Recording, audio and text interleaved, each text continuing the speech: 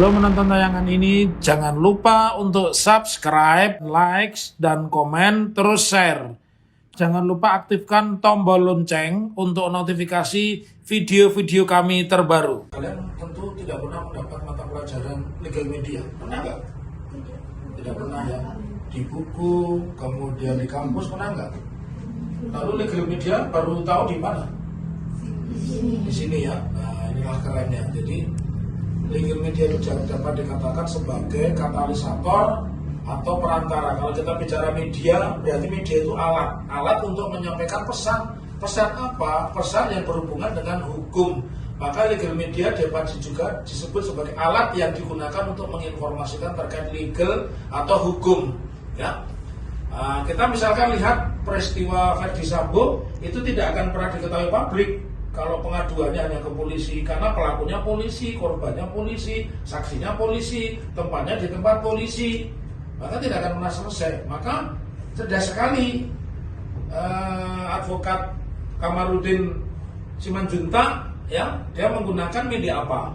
Dia menggunakan media televisi, media internet, media cetak, dan media online untuk menyuarakan peristiwa-peristiwa hukum yang terjadi di wilayah kepolisian itu untuk diketahui publik. Itulah legal media. Jadi di era modern, sebuah kantor hukum itu harus memanfaatkan legal media.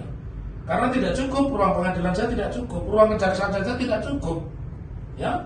Kemudian ruang pengadilan, kantor polisi itu juga tidak cukup. Gedung KPK juga tidak cukup karena di sana banyak larangan-larangan. Tetapi ketika kita menggunakan legal media, apakah itu melalui perantaraan internet, televisi, kemudian media cetak dan media online, ya, maka semuanya menjadi terbuka, ya. Oleh karenanya, seiring berkembangnya zaman dan ilmu pengetahuan dan teknologi, media juga turut mengalami perubahan menjadi modern. Kalian saya tanya, kalian itu masih suka nonton TV nggak? Jarang ya. Kalau mau lihat film, kalian pakai media apa?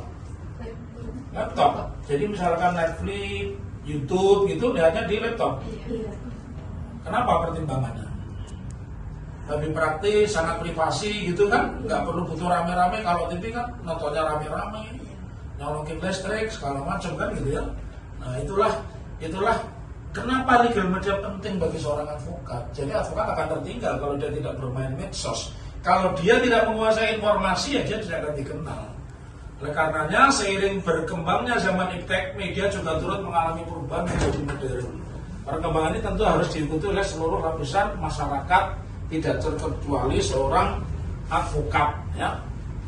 Di era digital saat ini, selain melek hukum, advokat juga harus melek teknologi, karena banyak peraturan-peraturan baru yang sudah dipublish lewat internet. Ya. Jadi kalau advokat HP-nya masih jadul, yang baterainya masih bisa dicopot. Kalian ngalamin enggak? HP yang baterainya masih bisa dibuka copot gitu. Kelas berapa itu? SD ya. Sekarang HP-nya kan sudah satu dengan headsetnya, ya kan? Karena era digital itu juga berurusan dengan hukum. Buktinya apa? Kemarin kalian diajarkan apa? Mendaftarkan perkara secara apa? E-court online. Jadi kalau seorang advokat gagap terhadap teknologi, dia juga tidak mungkin bisa mendaftarkan secara online, ya. Dan ada sidang-sidang pun yang dilakukan secara daring atau online.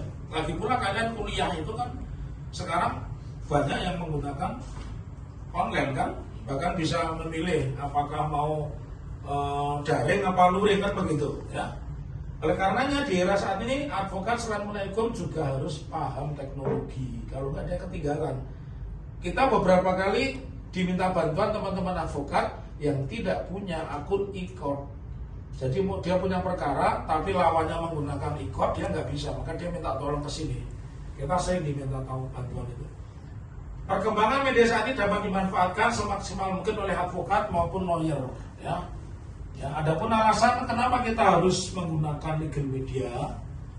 Di dalam media, advokat dapat melakukan branding yang baik atas dirinya sendiri. Kamu kenal kantor ini kan salah satunya juga kekuatan MTP di medsos kan? Ya kan? Anda mungkin kalau saya pasang iklan di tembok-tembok kampung, saya pasang iklan di apa tuh pohon gitu. Tapi kamu pasti kan memanfaatkan teknologi informasi ini. Advokat dapat memberikan edukasi hukum kepada masyarakat umum. Jadi kita bisa mencerahkan. Kemarin kalian sudah belajar bagaimana berapa ratus ribu viewer ketika MTP membuat cara menggugat Honda, ya kan? Nah, itu salah satunya seperti itu. Advokat dapat memberikan pandangannya atau tanggapannya terhadap satu kasus hukum. Advokat bisa memberikan legal opinion, ya. Nah, ini kantor MTP. Sayangnya bad picture. Itu film lama, foto lama. Yang baru kan udah taman, udah indah. Udah indah, udah saya cat putih. Ada 3 kamboja yang warna-warni beda-beda warna ya. Besok diganti itu ya. Diganti itu udah ketinggalan. Tidak hanya penting bagi advokat, media juga memiliki peran penting di Indonesia, yakni apa? Berperan sebagai watchdog function, ya, anjing penjaga undang-undang yang dapat diandalkan untuk mengungkap kebenaran dan kebohongan serta kecurangan yang dilakukan oleh penyelenggara pemerintahan atau yang memiliki kekuasaan. Bahkan ada advokat dan bukan advokat. Banyak orang yang berperkara dengan hukum memakai jargon yang no viral, no justice. Benar ya? No viral, no justice. Banyak yang menggunakan itu. Coba kalau kita dipalak sama polisi atau dipalak sama siapapun lah, itu bukan hanya polisi misalnya. Kalau cuma ngadunya kepada atasannya polisi, komisi Kompolnas, ya nggak akan pernah direken itu. Tetapi ketika itu masuk di publik, ya termasuk kejadian yang baru, salah satu ajudan Kapolda meninggal tertembak itu, ya. Media membantu masyarakat menumbuhkan kejaran hukum untuk to comply atau to confirm. Artinya dia bisa mengajukan keberatan, ya, dan bisa melakukan kontrol secara formal atau lahiriah terhadap peristiwa sosial atau perilaku yang dianggap menyimpang dari norma hukum. Jadi media dapat memberikan informasi cukup tentang perkembangan penegakan hukum. Karena kalau tanpa lewat media susah, ya.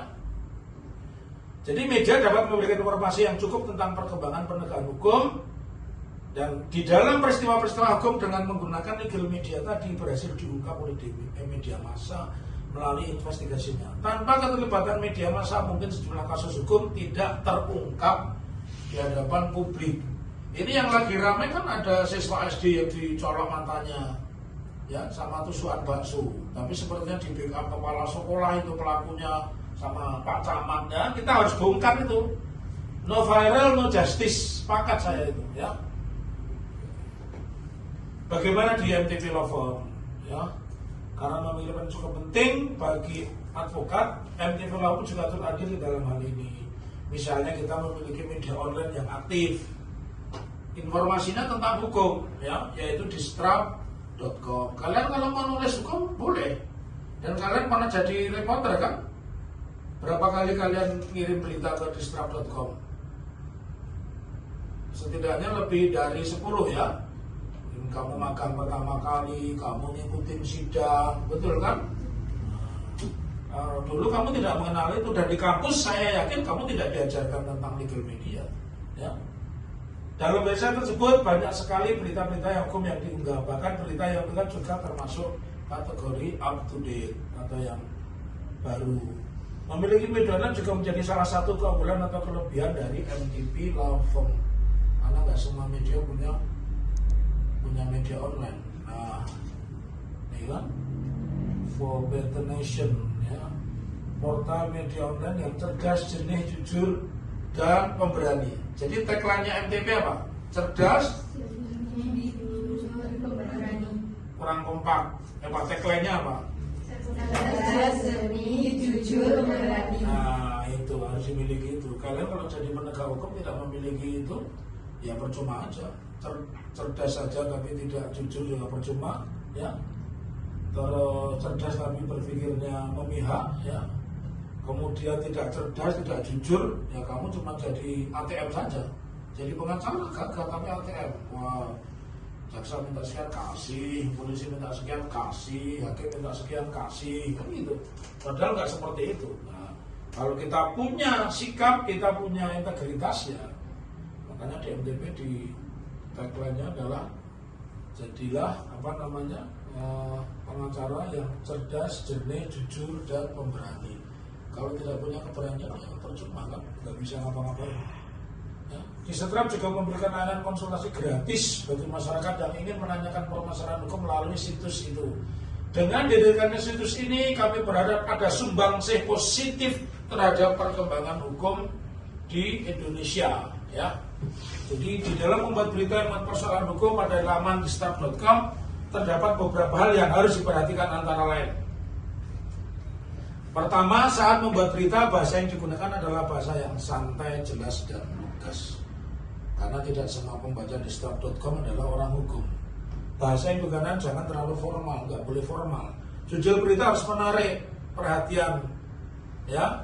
Karena kalau tidak menarik perhatian, ya orang tidak akan melihat. Seperti di toko itu, kenapa baju-baju yang warnanya norak itu ditaruh di depan, kemudian itu logonya toko dibikin miring dan sebagainya, itu kan namanya engaging, ya, biar orang datang pertama lihatnya di situ.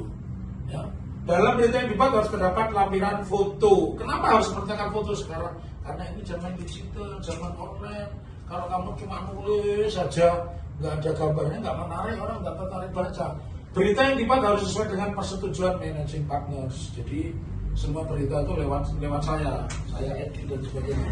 Karena kebetulan Pak Taufik dulu punya latar belakang wartawan. Jadi seperti jadi advokat, Pak Taufik waktu seperti mahasiswa kalian itu kuliah 85 sampai dengan 91 lulus 6 tahun itu dapat duitnya dari wartawan, ya, dari nulis beberapa aktivitas di kampus itu mendatangkan uang, ya. Jadi karena sudah terbiasa itu, maka sampai sekarang itu terbawa dan ternyata itu banyak membawa manfaat.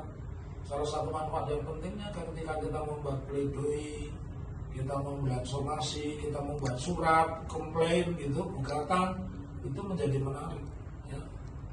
Jadi yang tidak pernah belajar media, tidak pernah menjadi wartawan ya bisa, tapi tidak sebaik dan semenarik kalau ia dulu seorang wartawan, ya. Adapun langkah yang terbaik untuk mengunggah berita, misalkan buka halaman disetrap.com, kemudian pilih menu pos, kemudian klik tambah baru, terus berita yang akan diunggah. Udah tahu ya? Udah pernah? Ya. Juga bagian terus itu beritanya kamu kasih tahu ke dosen. Siapa namanya dosennya? Bu siapa pembimbingnya? Oh, Pak Sabto. Kemarin yang ada ibu-ibu itu yang Bu Andina ya, yang betul itu, ya. Kemudian dan sebagainya, yang ini tekniknya, pilih foto sesuai dengan dilaporkan berita data, selalu pilih kasih foto yang menarik juga dengan caption yang menarik juga. Jadi kalau membuat berita, judulnya mahasiswa UNS di MTP apa yang menariknya? Harus punya angelnya apa? Bahwa mahasiswa mendapatkan hal baru di MTP. Nah itu baru menarik. Kalau masuk di MTP ngapain? Itu berita Pak Lurah masuk kantor. Yang masuk kantor biasa aja, nggak ada yang menarik. Kemudian Pak Lurah masuk kantor naik kuda, itu baru berita. Betul nggak? Pak Lurah ke kantor jalan kaki, itu baru berita. Kemudian terbita dan copy link dibagikan, ya. Jadi judul berita akan diedit dan klik sunting, kemudian berita dan kita sudah klik perbarui dan kita sudah teredit sesuai keinginan. Tidak semua orang bisa melakukan ini, ya. Nah sekarang selain disetrap.com, MTP Law Firm juga memiliki channel YouTube. Di dalam channel tersebut terdapat video yang berisikan edukasi, pandangan-pandangan terhadap permasalahan hukum. Tidak hanya itu, MTP Law Firm juga sering melakukan live streaming untuk melakukan webinar dengan channel yang lain mengenai isu-isu terkini. Jadi ketika kalian pulang, kita mbak-mbaknya itu masalah di sini, saya ada webinar itu sampai dari setengah 8 atau jam 8 sampai jam setengah 10, ya. MTP Law Firm juga aktif di dalam media sosial Instagram. Kalian sudah follow belum? Sudah. Semua harus follow ya. Di yang follow akunnya MTP atau akun pribadinya Pak Taufik? Oh, Pak Taufik juga dong, dua-duanya, ya. minta Mbak Alisa di mana itu. MTV Lawan juga membagikan informasi hukum tersebut. Nah, ini channelnya keren kan ini. Oh, banyak banget channelnya. Ini channel MTV ini. Kepala Basarnas KPK tak cukup ralat atau minta maaf. Jangan lakukan persekusi kepada Rocky Gerung. Advokat sudah manusia butuh wisata. Ini piknik ke Bali itu, ya. Satu kantor, kecuali yang tidak ikut, ya. Kemudian people power itu dicontohkan oleh Pak Jokowi misalnya, ya. Kepala sekolah jangan membela anak nakal. Jadi judul itu harus menarik. Jadi kalau judulnya anak berantem, apanya yang menarik, ya kan? Terus, nah ini ya, ini yang kita kolaborasi dengan channel lain, ya. Judulnya juga panas-panas semua. Ada pertanyaan? Ini masih 20 slide masalahnya. Ada pertanyaan nggak? Ada pertanyaan nggak? Nanti praktek dulu ya. Coba sampaikan ada pertanyaan. Nah sekarang saya tanya itu. Apa fungsi legal media bagi seorang advokat atau kantor hukum? Apa fungsinya? Branding, terus apa lagi? Yang tadi yang paling substansi bukan branding, itu hanya kalau hak itu namanya hak yang sifatnya aksesoris. Yang melekat dulu apa? Kenapa harus membuat legal media? Tadi memindahkan ruang persoalan hukum kepada ruang publik, biar publik ikut melakukan kontrol itu, ya. Ada lagi nggak? Ini kan baru 10 halaman, 24 kok. Arigatou gozaimasu dan Iqbal Sisi, ya. Assalamualaikum warahmatullahi wabarakatuh.